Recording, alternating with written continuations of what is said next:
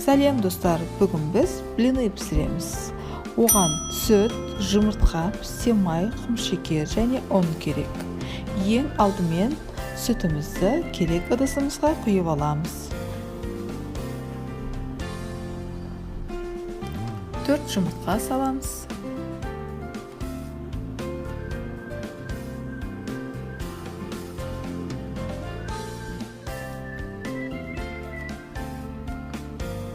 Пісте май құямыз.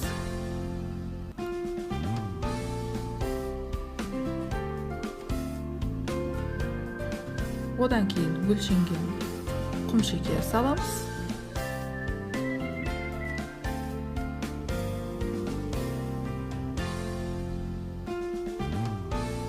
Және ұнымызды саламыз. Барлық керек затымызды салып алғаннан кейін жақсылап араластырып аламыз.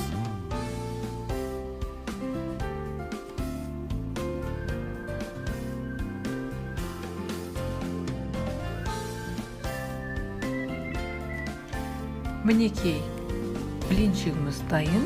Енді қызып тұрған тапаға салып, біртіндеп пісіріп аламыз.